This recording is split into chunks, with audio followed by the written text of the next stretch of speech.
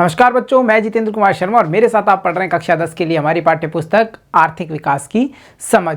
बच्चों, हमने अध्याय 3 को यानी हमारा अध्याय नंबर 3 को शुरू कर लिया था, जिसका नाम है मुद्रा और साख। पहले भाग में अब तक हमने क्या सीखा, एक बार रिवाइज करते हैं। हमने ये देखा कि मुद्रा होती क्या है, जहां हमें ये समझ में आया क्रय विक्रय का जो पावर है वो किसके अंदर है, वो हमारी मुद्रा के अंदर है। मुद्रा के साथ साथ हमने ये देखा था कि मुद्रा की आवश्यकता हमें क्यों पड़ी, क्योंकि हमारे सामने जब भी हम व्यापार करते हैं, क्रय विक्रय करते हैं, विनिमय करते हैं, तो हमारे सामने एक समस्या आ जाती है जिसे हम हमारी अर्थव्यवस्था की भाषा में आवश्यकताओं का दोहरा संयोग के नाम से जानते हैं। अगर आवश्यकताओं का दोहरा संयोग नहीं है तो क्रय विक्रय वस्तुओं के द्वारा या हम कहें बिना मुद्रा के संभव नहीं हो पाता। मुद्रा मध्यस्थता की जो हमारी स्थिति है उसको निभाते हुए हम ये जानते हैं मीडिएटर का काम करती है, और जो ये आवश्यकताओं का दोहरा संयोग है इसे खत्म कर देती है। इसीलिए मुद्रा को विनिमय का माध्यम कहा जाता है। ये सब बातें हमने हमारे भाग संख्या 1 में सीख ली थी। बच्चों, हमने साथ ही चर्चा की थी कि जो हमारी मुद्रा है उसका जो प्रारंभिक रूप था वो कैसा था और धीरे धीरे वो आधुनिक रूप में कैसे आई। उसके कई सारे अनेक प्रकार थे जिनके बारे में हमने हल्की सी झलक हमारे भाग संख्या 1 में देख ली थी। आज हम शुरू करेंगे हमारा भाग संख्या 2, जिसमें हम विस्तार से समझ बनाएंगे मुद्रा के आधुनिक रूप के बारे में। भाई, मुद्रा का आधुनिक रूप कैसा होता है, क्या इससे पहले कौन सा प्रचलित रूप था, उन सब के बारे में हम चर्चा करेंगे। मुद्रा के साथ साथ हम ये देखेंगे कि जो बैंकों का कार्य है वो कैसे संपादित होता है, यानी हम हल्की सी झलक लेंगे हमारे बैंकों के कार्य की और हमारे अध्याय को आगे बढ़ाएंगे। तो बच्चों, शुरू करते हैं हमारे टॉपिक जिसका नाम है मुद्रा के आधुनिक रूप से। तो अब आधुनिक की बात हम करने वाले हैं तो हमें पहले इसकी प्रारंभिक स्थिति को देखना होगा, तभी हम कंपेयर कर सकते हैं ना आधुनिक और प्रारंभिक के मध्य। तो चलिए देखते हैं। देखिए, मुद्रा ऐसी चीज है जो लेन देन में विनिमय का माध्यम बन सकती है, बिल्कुल बनती है। और इसको विनिमय का माध्यम बनाने से हमें जो सबसे बड़ी परेशानी होती है आवश्यकताओं का दोहरा संयोग, उससे हम बच सकते हैं और हमारा विनिमय बड़ी सहूलियत से हो सकता है। ये हमने भाग 1 में भी देखा था।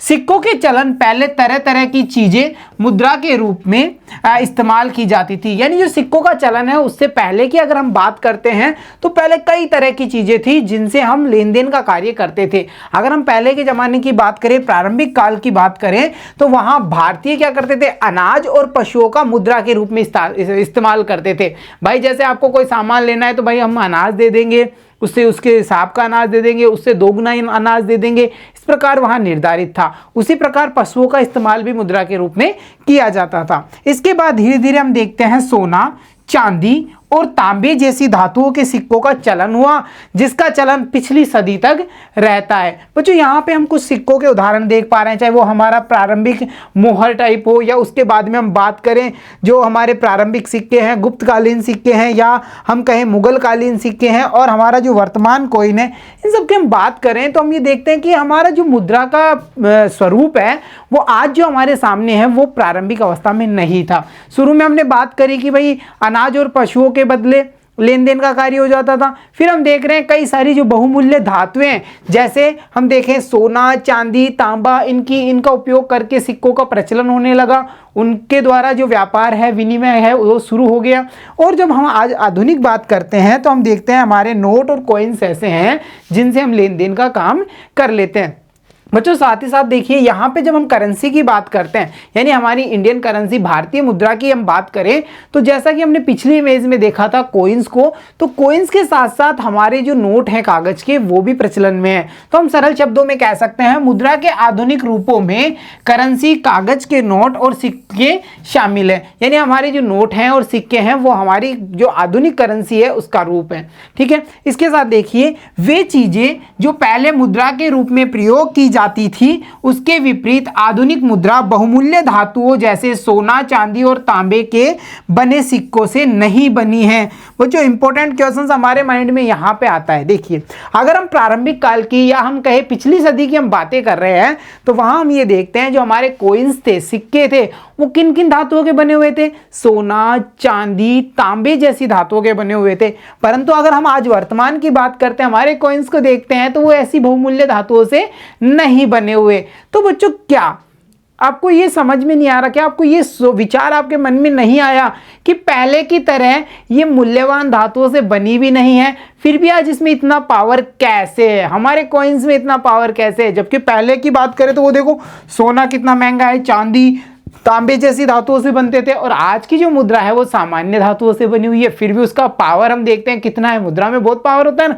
तो इसके साथ साथ अगर हम बात करें, देखिए अनाज और पशुओं की तरह वे रोजमर्रा की चीजें भी नहीं है। यानी अगर हम इस कॉइन की और विशेषताओं में जाते हैं और इसके अपोजिट थिंक करते हैं तो हम ये देखते हैं कि अनाज भी बड़े काम की चीज है और हमारे जो पशु थे वो भी बड़े काम की चीज़ है। पहले इनसे भी लेन देन होता था प्रारंभिक अवस्था में, प्रारंभिक काल में, परंतु जो आज हम यूज कर रहे हैं मुद्रा, वो हम ये देखते हैं कि उसमें किसी प्रकार की बहुमूल्य धातु का उपयोग नहीं किया गया, फिर भी उसमें इतना पावर क्यों है।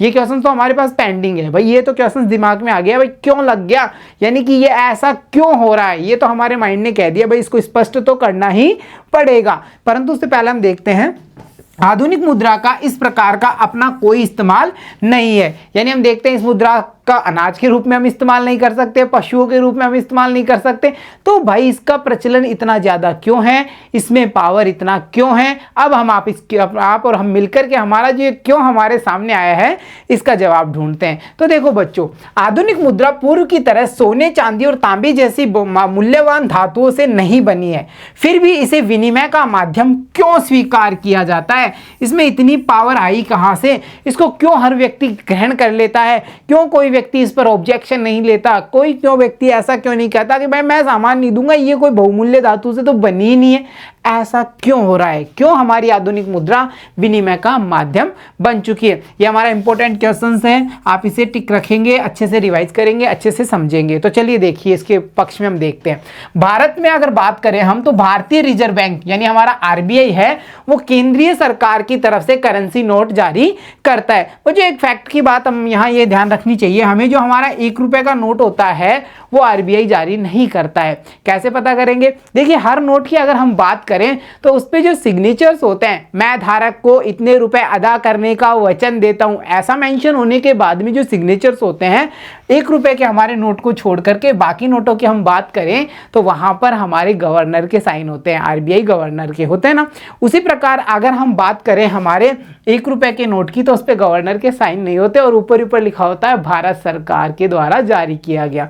तो हमारा 1 रुपए का नोट भारत सरकार द्वारा जारी होता है, बाकी जो अन्य नोट है वो केंद्रीय सरकार की तरफ से आरबीआई को ऑथराइज करके जारी किए जाते हैं। चलिए आगे देखते हैं। भारतीय कानून के अनुसार किसी व्यक्ति या संस्था को मुद्रा जारी करने की इजाजत नहीं है, और जो व्यक्ति या संस्था मुद्रा जारी करता है, आप उनकी खबरें तो हमेशा न्यूज़पेपर में पढ़ लेते हैं ना, जाली मुद्रा जारी करते हुए इतने लोगों को पकड़ा गया, नकली नोट छापते हुए इतने लोगों को पकड़ा गया। तो हम ये समझ पा रहे हैं कि मुद्रा को छापने को लेकर या मुद्रा को जारी करने को लेकर के एक कानून भी बनाया गया है, जिसके अंतर्गत किसी व्यक्ति या संस्था को मुद्रा जारी करने की इजाजत नहीं है। तो आप तो नहीं करेंगे ना जारी। चलिए आगे देखते हैं।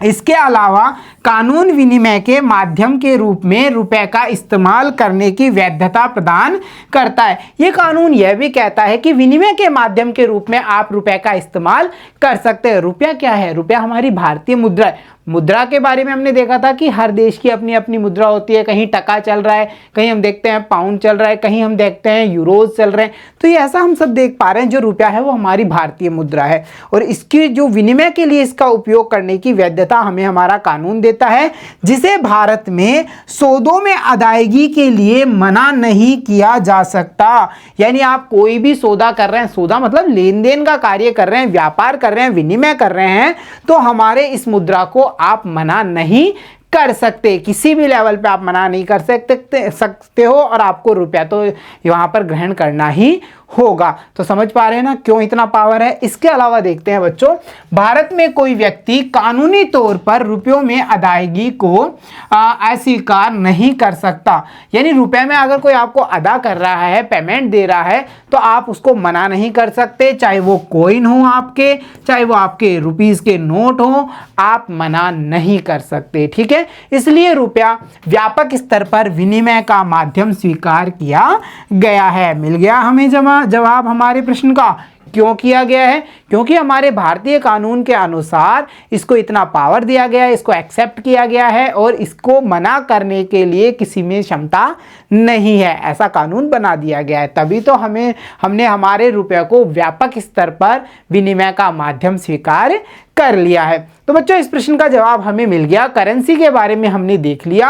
अब हम आगे बढ़ते हैं और अब हम जानकारी प्राप्त करेंगे बैंकों में निक्षेप। अरे निक्षेप शब्द क्या है? हमने जब ज्योग्राफी पढ़ी थी तो वहां देखा होगा ना, परतदर चट्टानों के बारे में आपने पढ़ा होगा। भाई हम कहते हैं कई सारी टाइप्स की चट्टानें हमने वहां देखी। जब हम परतदार चट्टानों के बारे में पढ़ते हैं तो हम देखते हैं परत पर परत परत पर परत निक्षेप होती रहती है, यानी जमा होती रहती है और वो बन जाती है परतदार चट्टानें। इतना ही नॉलेज हम यहाँ लेंगे इकोनॉमिक्स में हमारी ज्योग्राफी का। ठीक है, अब हम बात करेंगे बैंकों में जो जमा है उसके बारे में, यानी बैंकों में क्या जमा है? बैंकों में जमा है रुपया। अब ये रुपया क्यों जमा कराया जाता है? पहली चीज ये सवाल आया, क्यों? अगर ये रुपया बैंक जमा करता है तो वो क्यों करता है, उसे क्या फायदा होता है, फिर से क्यों आ गया। जब तक हम क्यों नहीं सोचेंगे बच्चों, तब तक हम किसी भी टॉपिक में डीपली नहीं जा सकते।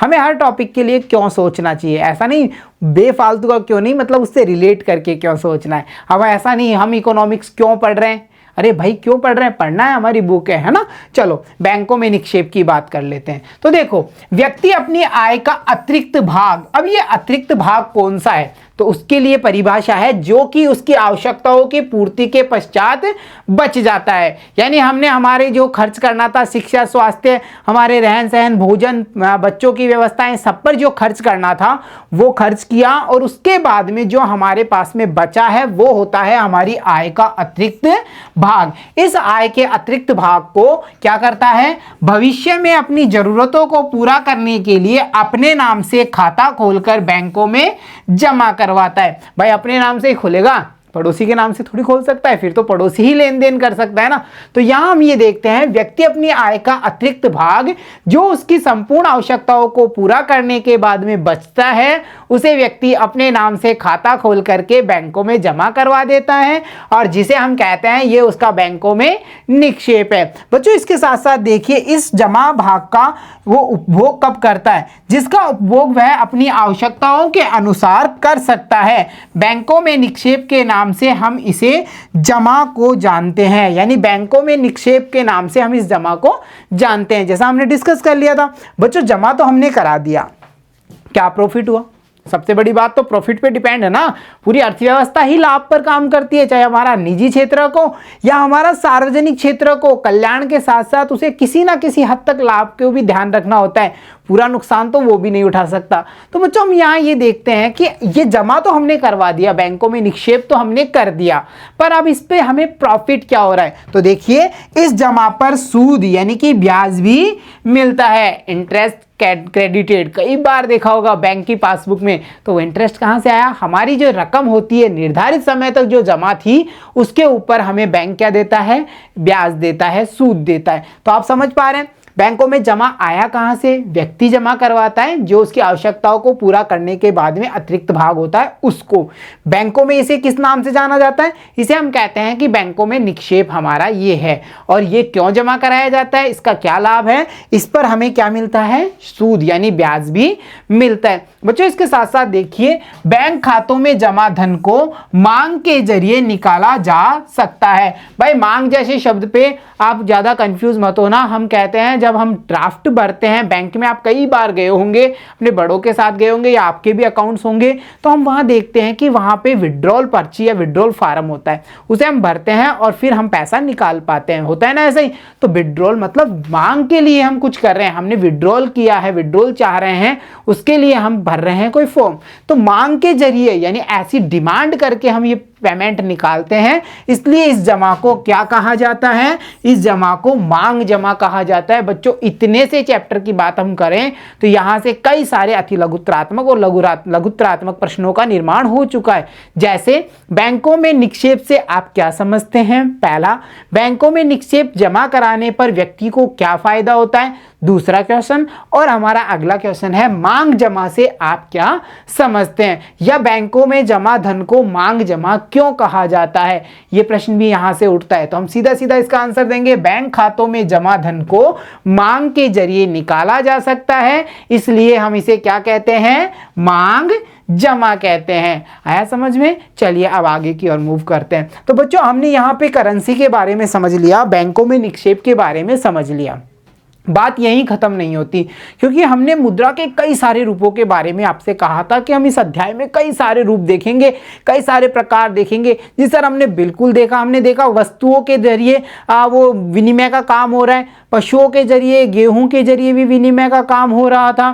फिर हमने आहड़ के सिक्के भी देख लिए, हमने गुप्तकालीन, हमने मुगल कालीन सिक्के भी देख लिए, हमने प्रारंभिक कॉइन की भी बात कर ली, हमने नोट्स की भी बात कर ली, और साथ साथ में हमने बैंकों में जमा निक्षेप की भी बात कर ली है। क्या इसके अलावा मुद्रा का कोई अन्य रूप है? जी बिल्कुल है, और वो है चेक द्वारा भुगतान। अब ये चेक क्या समस्या है और इसके द्वारा भुगतान कैसे होता है, चलिए इस पे भी चर्चा कर लेते हैं। तो सबसे पहले भुगतान तो हम समझते हैं भाई, लेन देन का काम कर रहे हैं, किसी से हमें किसी को कुछ देना है, किसी को पैसा देना है, किसी को हमें मुद्रा देनी है तो हम दे रहे हैं, वो हो गया भुगतान का कार्य। पर ये चेक क्या है? तो चलिए अब चेक के बारे में जानते हैं। तो देखिए, मांग जमा एक अन्य दिलचस्प सुविधा देता है। मांग जमा कौन है भाई? आप कंफ्यूज नहीं होंगे ना। मांग जमा यानी हमारा बैंकों में जमा पैसा, वो हमें एक सुविधा देता है। वो क्या सुविधा है? यह सुविधा इसे मुद्रा का महत्वपूर्ण लक्षण प्रदान करती है। मुद्रा का मतलब विनिमय का। हम व्यापार करने जा रहे हैं तो ये जो लक्षण है जिसके बारे में हम बात करने वाले हैं, वो एक बड़ा ही दिलचस्प सुविधा है हमारे लिए। कैसे है? देखिए, आपने नगद की बजाय चेक से भुगतान के बारे में सुना होगा। सुना तो है ना? अरे उसने मुझे इतने 1000 रुपए का चेक दिया है, हमारी स्कॉलरशिप तो चेक में आएगी जिसे हम बैंक खाते में लगाएंगे। ऐसे शब्द हम सुनते हैं। तो बच्चों ये सारे जो शब्द हैं वो हमारी इकोनॉमिक्स से जुड़े हुए होते हैं, बस हमें थोड़ा सा ध्यान देने की जरूरत होती है। तो यहाँ हम ये देख रहे हैं, नगद की बजाय चेक से भुगतान। चेक से भुगतान के लिए भुगतानकर्ता जिसका किसी बैंक में खाता है, एक निश्चित रकम के लिए चेक काटता है। एक बार हम सेंटेंस को क्लियर करते हैं, फिर हम इसे प्रैक्टिकली समझेंगे। देखिए, चेक से भुगतान के लिए भुगतानकर्ता जो भुगतान दे रहा है, जिसका कि किसी बैंक में खाता है, किसी एक बैंक में उसका अकाउंट होना जरूरी है, एक निश्चित रकम के लिए चेक काटता है। ये निश्चित रकम कौन सी होगी बच्चों? जो हमें भुगतान करना है वो निश्चित रकम होगी। क्या मुझे 1000 रुपए का भुगतान करना है आपको, और मेरे खाते में जो मांग जमा है वो है 500 रुपए, तो क्या मैं चेक जारी कर सकता हूं क्या आपके नाम से?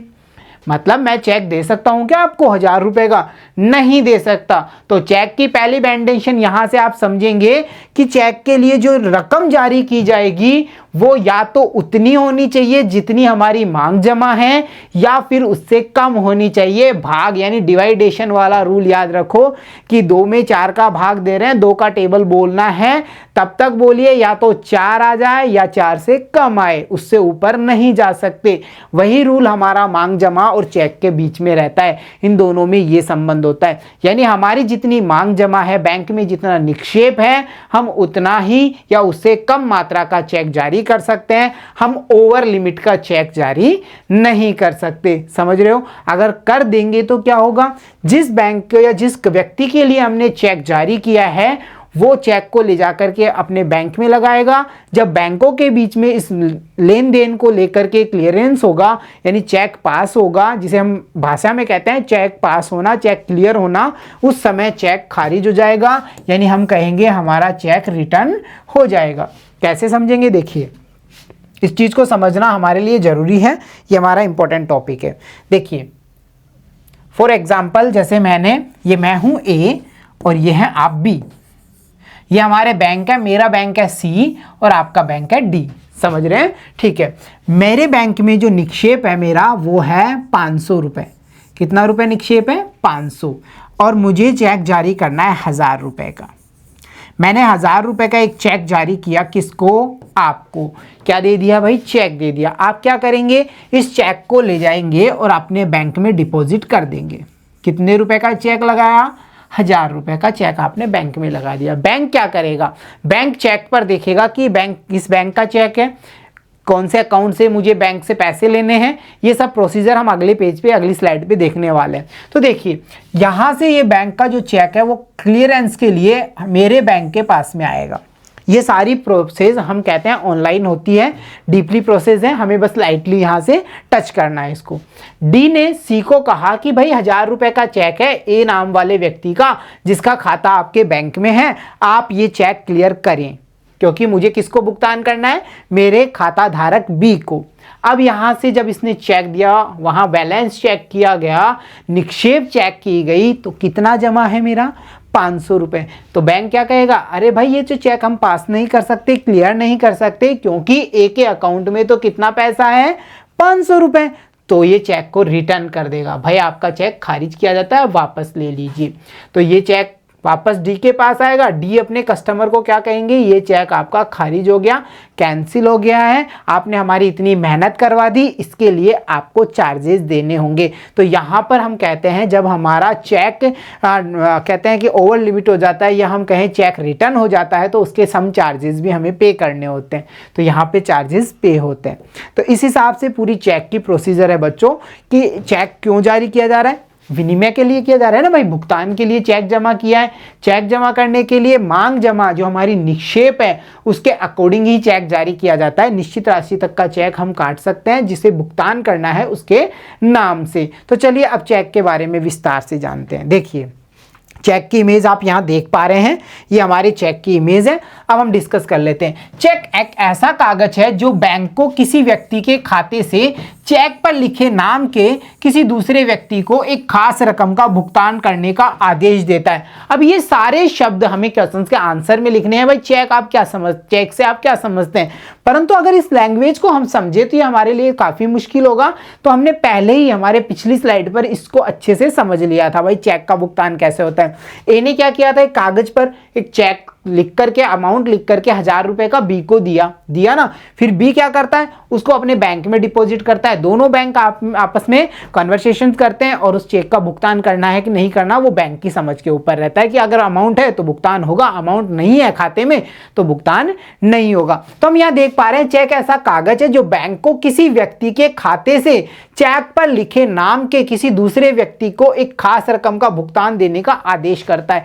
इस पूरे लेन देन में बच्चों आपने ये देखा, जो ए ने और बी ने लेन देन कर रहे थे, वहां पर हम देख रहे थे मुद्रा कहीं ट्रांसफर हो रही थी, रुपया पैसा कहीं दिख रहा था हमें नहीं ना। वहां विनिमय का साधन क्या था, हमारा ये चेक। फॉर एग्जाम्पल हम यहाँ एक चेक देख पा रहे हैं, हम इसको डिटेल में समझते हैं कि ये चेक में क्या क्या इंफॉर्मेशन हमें फाइंड होती है। तो देखिए जैसे हम ये देख पा रहे हैं, यहाँ लिखा हुआ है पे, PAY पे, आप अच्छे से देख पा रहे हैं, मतलब हमें जिसे भुगतान करना है। फॉर एग्जाम्पल मैंने आपको चेक काट के दिया था पिछले पेज पे, तो मैं यहाँ किसका नाम डालूंगा, भुगतान प्राप्त करता, बी का नाम हमने यहाँ मेंशन किया है। इसके बाद में हम देख पा रहे हैं रुपए, यानी कितना अमाउंट हमें पे करना है उसको हमने यहाँ पे लिख दिया है, राइट कर दिया है। जैसे यहाँ हम एक एग्जांपल के लिए देख पा रहे हैं 6000 ओनली। अगले कॉलम पे हम ये देख पा रहे हैं अंकों में हमने भुगतान राशि को लिखा है, ठीक है। कॉलम्स में ऊपर आप डेट्स देख पा रहे हैं। इसके अलावा हम ये भी देख पा रहे हैं, यहाँ की बात करें तो बैंक शाखा का नाम होता है यहाँ पे, कि ये जो चेक है वो किस बैंक शाखा में खाता धारक का चेक है। जैसा हमने देखा था सी बैंक हमारा, तो वहां का ये चेक है। फिर उसके बाद में देख पा रहे हैं खाता संख्या, ये वाली जो खाता संख्या है वो किसकी खाता संख्या होगी भाई, ये उसकी खाता संख्या होगी जिसका ये चेक है, बी का नहीं ए की, यानी जिसने ये चेक काट करके दिया है उसका अकाउंट नंबर यहाँ पे शो होगा। यहाँ पे हम देख पा रहे हैं चेक का नंबर, बैंक द्वारा प्रयुक्त किया जाने वाला कोड, ये सब चीज़ें हम यहाँ देख पा रहे हैं। यहाँ जिसके द्वारा ये चेक जारी किया गया है उसके सिग्नेचर होंगे। तो ये पूरा हमारा चेक है। अब जैसे ही ये चेक बी ने लिया 6000 रुपए के लिए, और वो उस चेक को ले जाकर के अपने ब्रांच में जमा करवाता है, अपने बैंक में जमा करवाता है, तो बैंक सबसे पहले ये देखता है कि भाई ये चेक कहाँ का है, किस शाखा का है, और वहाँ पे उसको अप्लाई करवाता है, और फिर ये लेन देन का प्रोसीजर पूरा होता है। बच्चों यहाँ पे हम ये देख पा रहे हैं मुद्रा का किसी भी रूप में प्रयोग नहीं किया गया है, मुद्रा हमें यहाँ कहीं दिख नहीं रही, इसीलिए हम ये कहते हैं कि जो चेक द्वारा भुगतान होता है उसे भी हम मुद्रा का एक रूप मानते हैं। तो चलिए आगे बढ़ते हैं और एक प्रश्न को हम हल करने की कोशिश करते हैं। देखिए प्रश्न क्या है क्या आप मांग जमाओं को हम मुद्रा की संज्ञा दे सकते हैं? यानी क्या आप और हम मिलकर की जो मांग जमा है हमारी, यानी जो हमारा डिमांड डिपॉजिट है, उसको हम मुद्रा की संज्ञा दे सकते हैं? जी बिल्कुल दे सकते हैं, क्योंकि इसके आधार पे हमने देखा हम लेन देन में चेक का उपयोग कर लेते हैं। चाहे हमें तो व्यापार में यानी विनिमय करना है, कैसे ही करो ना, चेक के द्वारा भुगतान कर रहे हैं, नगद में कर रहे हैं, या कैसे भी डिजिटल माध्यम का हम उपयोग कर रहे हैं, पर हमने किया तो विनिमय है ना, इसका मुद्रा के रूप में उपयोग किया है ना। जो बैंकों में हमारा डिपॉजिट है उसी का तो कर रहे हैं, तो इसे बिल्कुल आसानी से हम कह सकते हैं कि ये हमारी मुद्रा है। तो चलिए इसका आंसर देख लेते हैं। देखिए, मांग जमा में मुद्रा के अनिवार्य लक्षण मिलते हैं, और जो मुद्रा के अनिवार्य लक्षण कौन कौन से हैं मुझे नहीं लगता मुझे बार बार आपको बताना होगा, क्योंकि ये बड़ा आसान है। विनिमय का माध्यम होती है, सर्वमान्य होती है, आवश्यकताओं का दोहरे संयोग को खत्म कर देती है, और मध्यस्थता की, किसी भी विनिमय में मध्यस्थता की जो भूमिका है वो निभाती है, वही हमारी मुद्रा है। तो ये मुद्रा के सारे लक्षण हम देखते हैं मांग जमाओं में। भाई चेक दिया मैंने आपको, आपने चेक ले लिया, ठीक है, विनिमय हो गया ना, कहाँ दिक्कत आई? आप उस चेक को बैंक में लगा करके कैश में ले रहे हैं, चाहे अपने खाते में निक्षेप जमा करवा रहे हैं, वो हम समझ पा रहे हैं। तो हम ये देखते हैं कि जो मांग जमा है उसमें मुद्रा के अनिवार्य लक्षण मिलते हैं। मांग जमा के बदले चेक लिखने की सुविधा से बिना नगद का इस्तेमाल किए सीधा भुगतान करना संभव हो जाता है, चूंकि मांग जमाओं को करेंसी के साथ साथ व्यापक स्तर पर भुगतान के माध्यम स्वीकार किया जाता है। व्यापक स्तर पर भुगतान का माध्यम कैसे? तो देखिए, हम कितनी बड़ी रकम हो, जो हमारी लिमिट है वहां तक हम रकम का आसानी से चेक जारी कर सकते हैं, और कोई भी ऐसा व्यक्ति नहीं होगा व्यापारिक परिदृश्य में, अगर हम देखें व्यापारिक संस्थाओं में हम देखें कि जिसका बैंक में अकाउंट नहीं होगा। व्यापार के लिए अकाउंट बहुत जरूरी होता है। ये सब चीजें हम आगे भी, जब हम वैश्वीकरण वाला हमारा 4th चैप्टर देखेंगे तो वहां हम देखेंगे कि जो व्यापार है उसका वैश्वीकरण कैसे हो रहा है, अंतर्राष्ट्रीय स्तर तक का लेवल हम वहां देखने वाले हैं। तो हम ये देख रहे हैं कि इसका व्यापक स्तर पर भुगतान होता है चेक के द्वारा, कोई इसे मना नहीं करता है। तो हम जाहिर सी बात है मांग जमाओं को मुद्रा का रूप दे सकते हैं, मुद्रा की तरह हम यूज कर पा रहे हैं, इसलिए आधुनिक अर्थव्यवस्था में इसे भी मुद्रा समझा जाता है। क्लियर हो गया ना, क्यों समझा जाता है? कई सारे कारण है। सबसे मेन टॉपिक है, देखिए मुद्रा होगी क्या, वो सब चीजें मुद्रा हैं जिनमें मुद्रा के अनिवार्य लक्षण पाए जाएंगे, वो सब मुद्रा है। भाई पशुओं की बात करें, क्यों नहीं मान सकते, लेन देन कर लेते हैं ना, पर वहां पे आवश्यकताओं का दोहरा संयोग हमारे बीच में रोड़ा बन जाता है, सर्वमान्य वाला रोड़ा बन जाता है। भाई कोई ले ना ले, मैं एक ऐसा व्यक्ति हूं, अकेला रहता हूं, मुझे पशु चाहिए ही नहीं, आप कहोगे ये पशु ले लो, ये सामान मुझे दे दो, मैं मना कर दूंगा। परंतु मुद्रा के संबंध में हम देखें तो मुद्रा को कोई भी मना नहीं करता है, इसीलिए स्वीकार्य है, सहूलियत से विनिमय हो जाता है। तो ये जो सारे अनिवार्य लक्षण हमें जहां भी हमें दिखेंगे हम उसको क्या कह देंगे, ये हमारी मुद्रा के रूप में कार्य कर सकता है। चलिए आगे बढ़ते हैं। देखिए, अब हम कुछ प्रश्नों पर विचार करेंगे।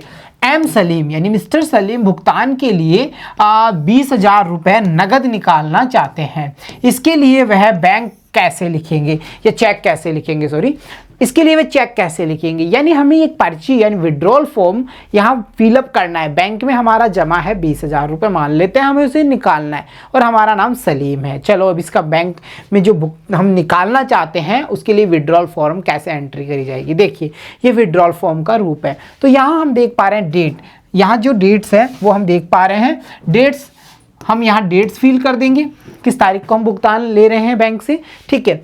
पे का हम यहाँ पे हम खुद जाके ले रहे हैं तो सेल्फ ऑप्शन होता है, सेल्फ भर दीजिए, अपना नाम भी भर सकते हैं, वो पहले देखिए आप देख पा रहे हैं सेल्फ हमने राइट कर दिया, ठीक है।